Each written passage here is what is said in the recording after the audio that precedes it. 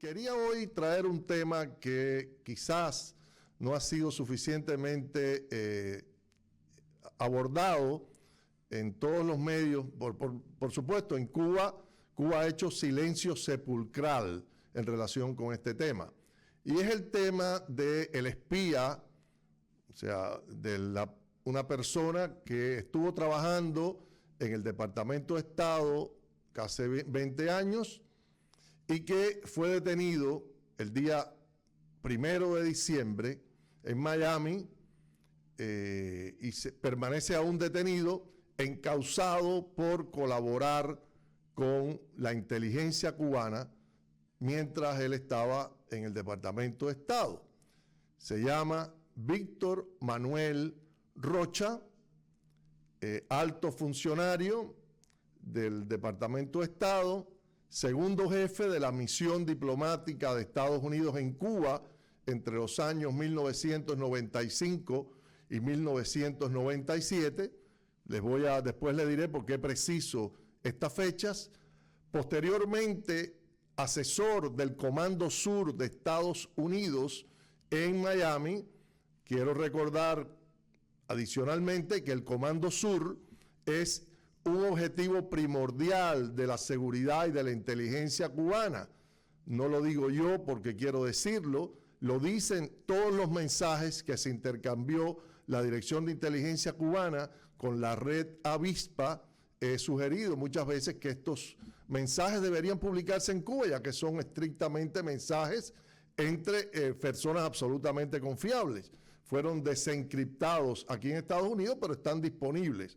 Fueron récord público en algún momento, donde la inteligencia cubana recuerda insistentemente a los miembros de la red Avispa, especialmente al señor Gerardo Hernández, hoy coordinador nacional de los CDR, esa organización que ya casi creo que no funciona, pues le recordaba a Gerardo Hernández que había que insistir en la penetración del Comando Sur porque insistía el general del MININ, que era primordial, era la principal prioridad.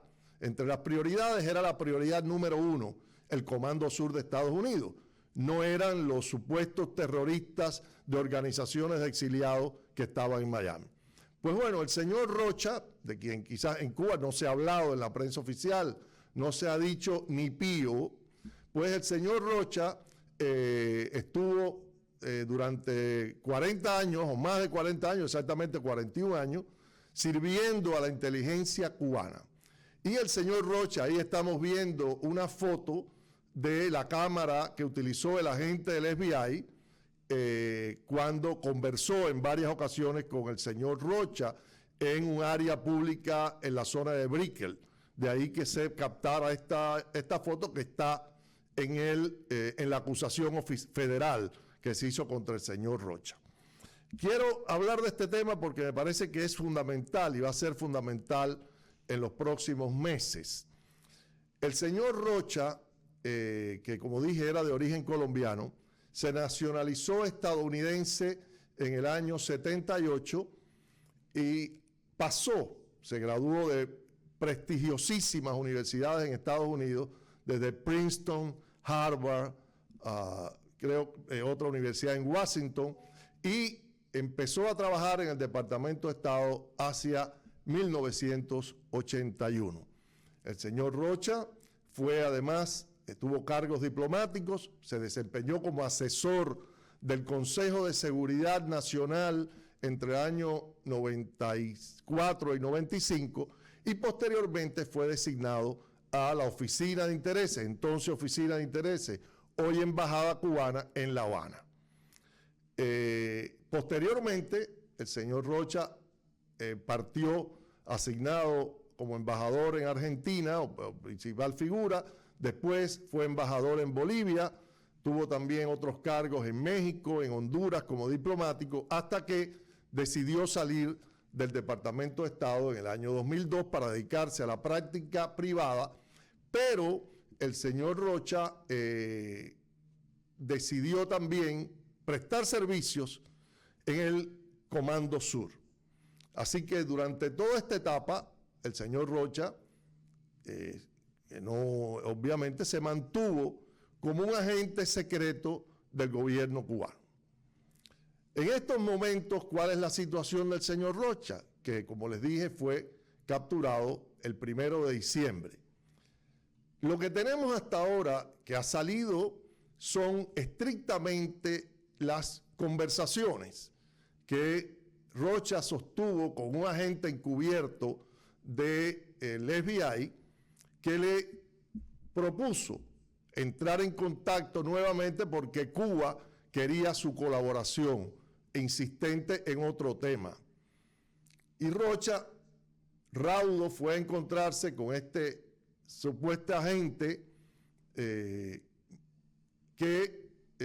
terminó siendo un agente del FBI que le captó todas las conversaciones.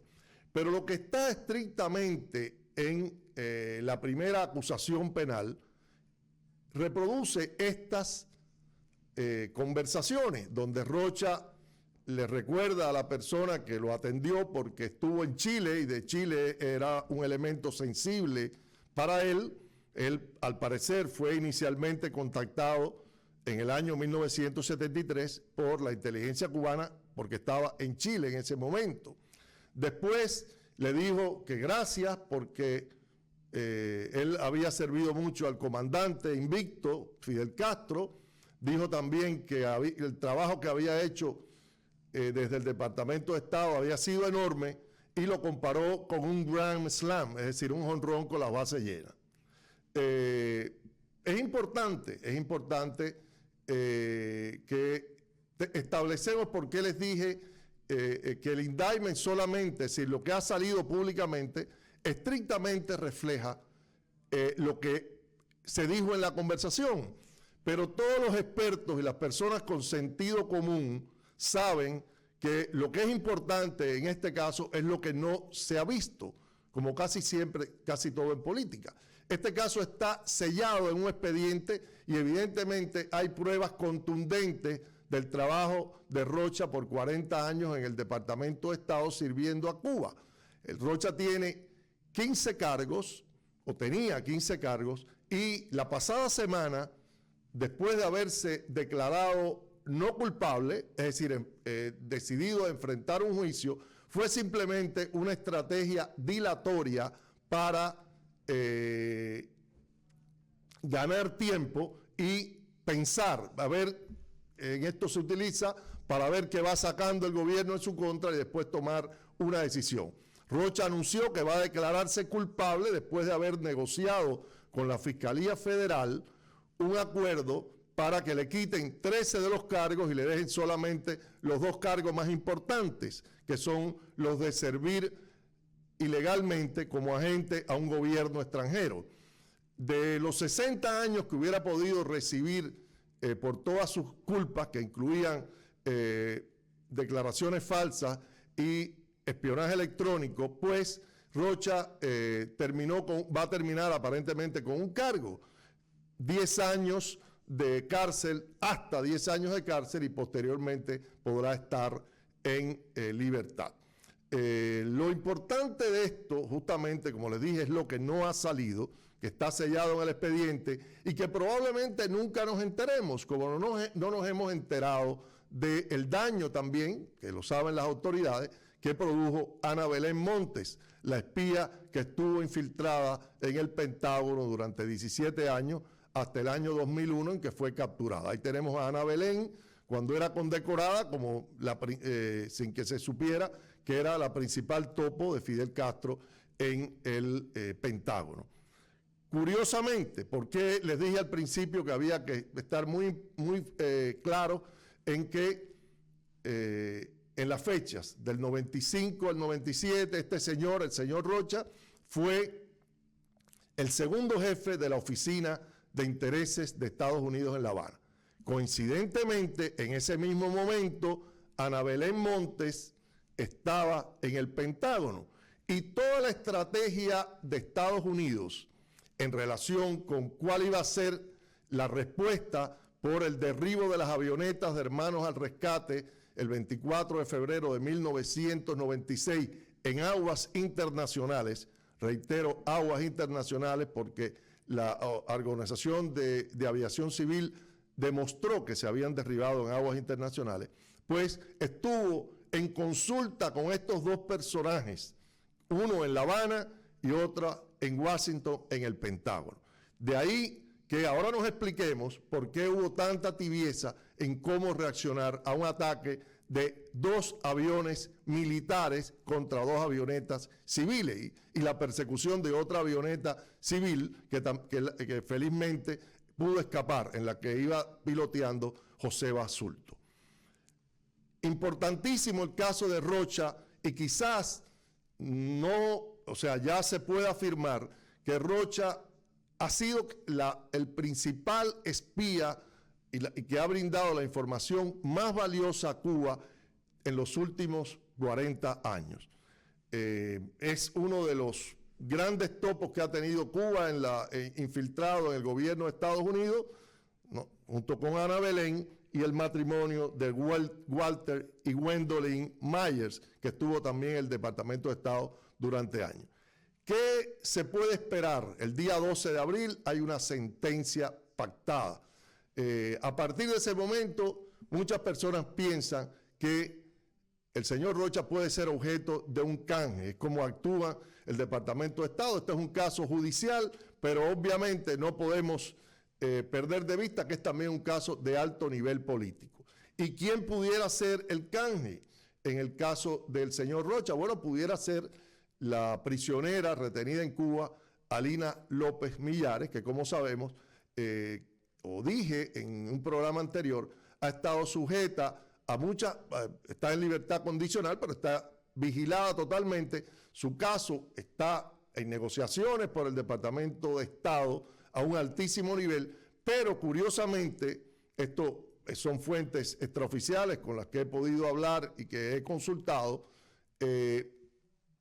las negociaciones se empantanaron en la última etapa, después de la detención del señor Rocha en Estados Unidos. Así que debemos estar al tanto. Hago esta información especialmente dedicada a los foristas o audiencia cubana que no han tenido información de ningún tipo. Les es más difícil. En la página Café Fuerte hay varios, le hemos dado una amplia cobertura al caso de Rocha. Y para cerrar, quiero informar que el mismo día, es decir, el pasado jueves, cuando Rocha se declaró culpable, con mucha intención legal, la familia de Osvaldo Payá Sardiñas, especialmente Ofelia Acevedo, su viuda, presentó también una demanda civil por daños y perjuicios contra el señor Rocha. ¿Por qué? Está totalmente justificado. El señor Rocha, en mensajes que ustedes recordarán, se filtraron en Wikileaks hace unos años, proporcionó también al Comando Sur y a las autoridades norteamericanas, y vaya usted a saber a quién, información de lo que se había conversado en la Oficina de Intereses al más alto nivel con Osvaldo Payá Sardiñas. Así que bueno, estas son las claves que tenemos en relación con el señor Rocha, un caso de espionaje, de los más importantes casos de espionaje cubano en Estados Unidos, de los que hemos tenido conocimiento en los últimos tiempos.